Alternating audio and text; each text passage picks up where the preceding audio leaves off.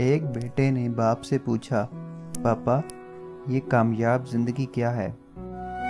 वालिद बेटे को पतंग उड़ाने ले गए। बेटा बाप को गौर से पतंग उड़ाते देख रहा था।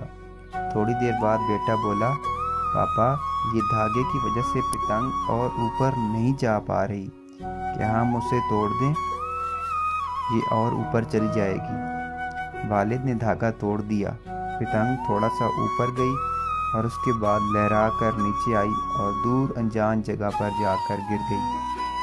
तब बाप ने बेटे को जिंदगी का फलसफा समझाया, बेटा जिंदगी में हम जिस ऊंचाई पर हैं, हमें अक्सर लगता है कि कुछ चीज़ें जिनसे हम बंधे हुए हैं वो हमें और ऊपर जाने से रोक रही हैं, जैसे घर, ख़ानदान, नज़्म-ओ-ज़ब्त, वालिदैन वगैरह, और हम उनसे आज़ाद होना चाहते हैं।